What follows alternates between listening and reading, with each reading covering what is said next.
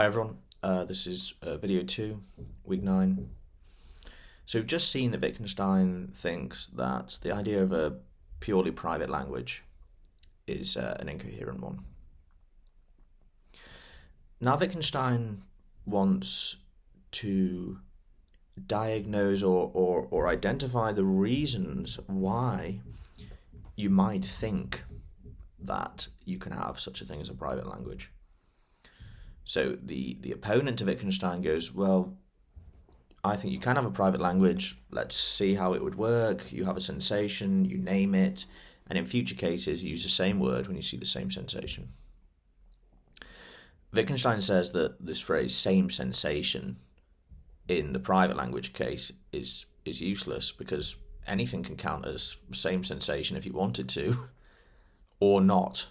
So there's no such thing as being wrong when you use the word S, and so there's no such thing as being right. But Wittgenstein wants to go further. He wants to say, well, why is it that you would think that you can do that you can name sensations? And he thinks it's something, there's a kind of philosophical error that we come into when we think about the meanings of sensation words. And it's that error which leads us into thinking that you could have a private language. So Wittgenstein thinks, and I'm compressing these passages enormously, and we'll have to discuss them in much greater detail in our in-person sessions, but I think he thinks that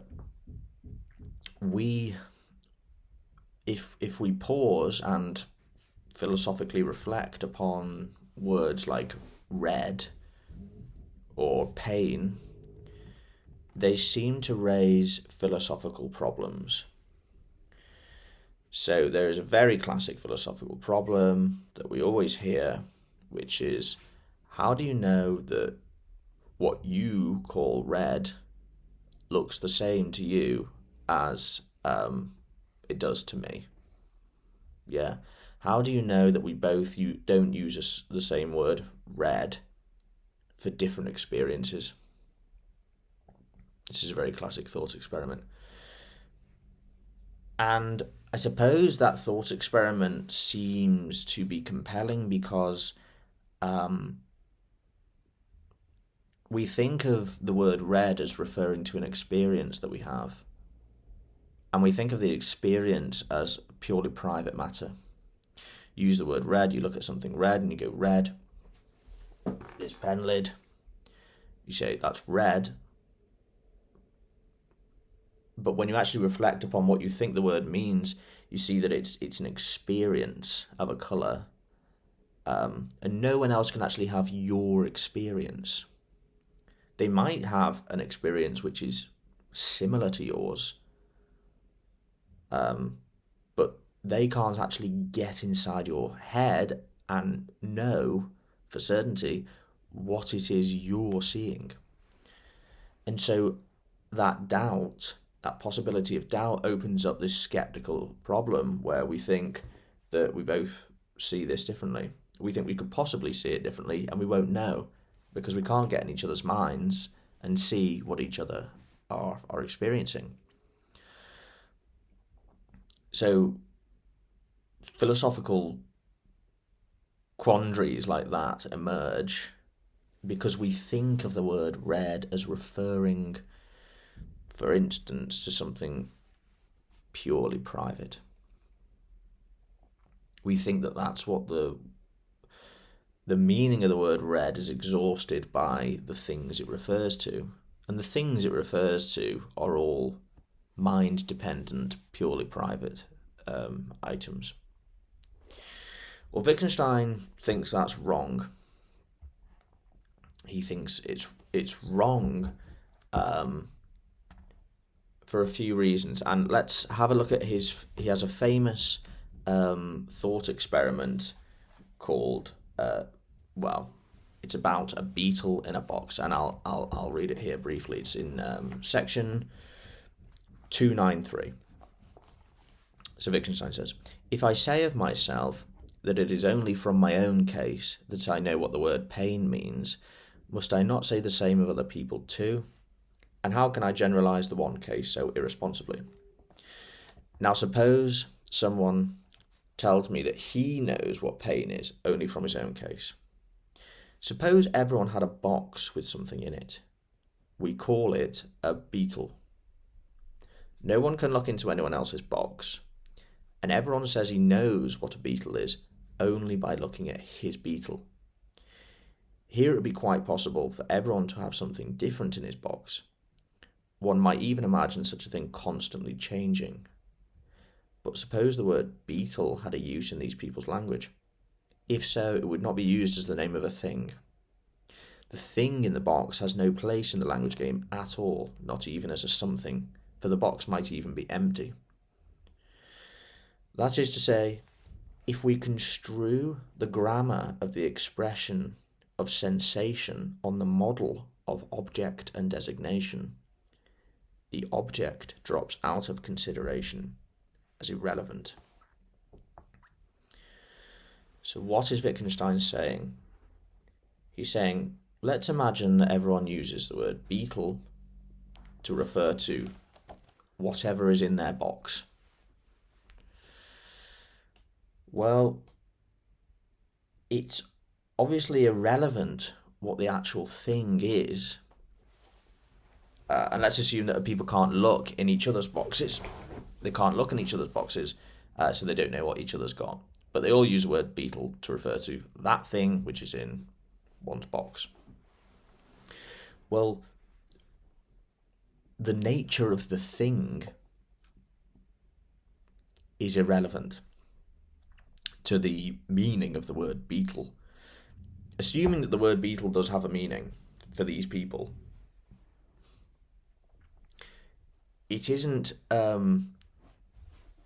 its meaning doesn't depend upon or relate to the nature of anything, because, as Wittgenstein says, everyone could have something different.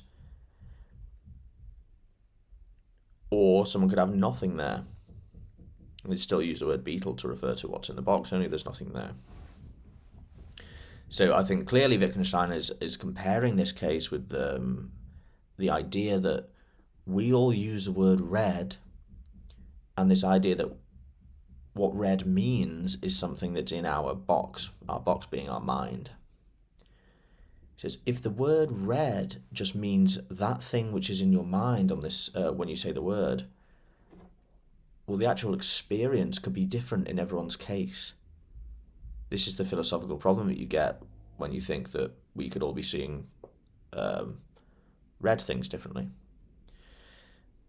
And Wittgenstein says, well, if this word had a meaning, or if it does have a meaning, it can't really be to do with the nature of the thing, because it can be different in everyone's case.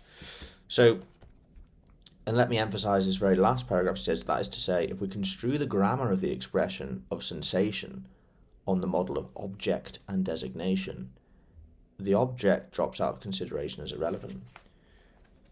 What he's saying is that the problem here, the problem of skepticism about, for instance, colour experience, only emerges if you construe the meaning of the word red as a label for a thing. And remember, this is Wittgenstein's criticism of Augustine, that he thinks too narrowly. He has one use for language, which is basically that all words are labels of things. And if you think of the word red as a label of a thing, but it's the label of a thing which could be different in everyone's case, then you're going to have weird philosophical quandaries emerging, like how do we all know to use the word in the same way, or how do I know that I'm having an experience like someone else's? Those kind of worries that emerge, philosophical worries, I suppose. Well, Wittgenstein says that those worries only emerge if you think of the meaning of the word red as a label for a thing in your box, and where that thing could be different in everyone's case, or could change every time for you, could change for one person. And that's the error. He thinks that the word red or sensation words in general aren't names of private sensations. They're not just labels of things. If they were, you'd have all these problems because they're supposed to be purely private things. And we can't get at other people's private mental life. So Wittgenstein thinks that sensation words aren't just labels for mental things, and that it's this naive view of language which leads to all these philosophical problems that you get.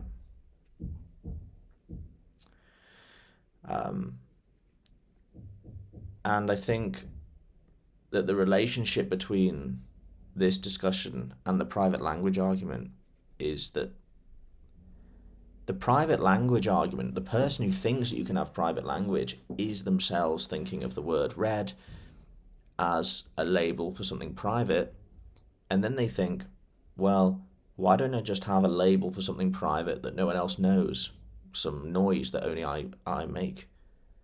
Well, Wittgenstein thinks, well, that's a misconstrual of how sensation words have meaning anyway. They're not just labels of things. If they were, it would be very odd because the things in question would be irrelevant because they could be different in everyone's case. So he thinks it's wrong to think of sensation words as just labels of private things. And if you realise that they're not, they don't work like that,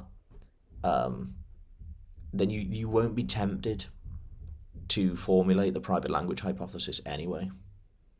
I think that's sort of Wittgenstein's point. He thinks he's revealing, he thinks, a diagnosis of why it is that we make these philosophical issues, these philosophical sort of problems which only take hold when you make a mistake about what the words mean. And he says this in 308. He says, how does the philosophical problem about mental processes and states and about behaviorism arise? The first step is the one that altogether escapes notice. And I think his point is that the first step in dissolving these philosophical problems is to identify this kind of underlying assumption that language functions in the same way in all cases. And if you reveal that assumption and question it and see that the words red, the words pain aren't just labels of things, they have a use, then you won't have those philosophical queries. So that's it for this week. There's much more to discuss, but I think that we'll get into it in our in-person sessions. And it's very interesting, very influential sort of section of writing. And again, like all of this stuff, it's wildly open to interpretation. And there's no real consensus. I mean, I've given you what I think the interpretation is, but I think that you need to be aware that some people would disagree with me. Maybe you would disagree with me. Maybe you would read the passages and think, well, I think that he's making another point. That's fine. Bring it up. He might be making several points. He probably is. He's probably making lots of points, but I've just identified one strand of thinking so that we've got a basis from which to continue. Okay, that's it for this week. See you in the in-person sessions, and thanks for watching.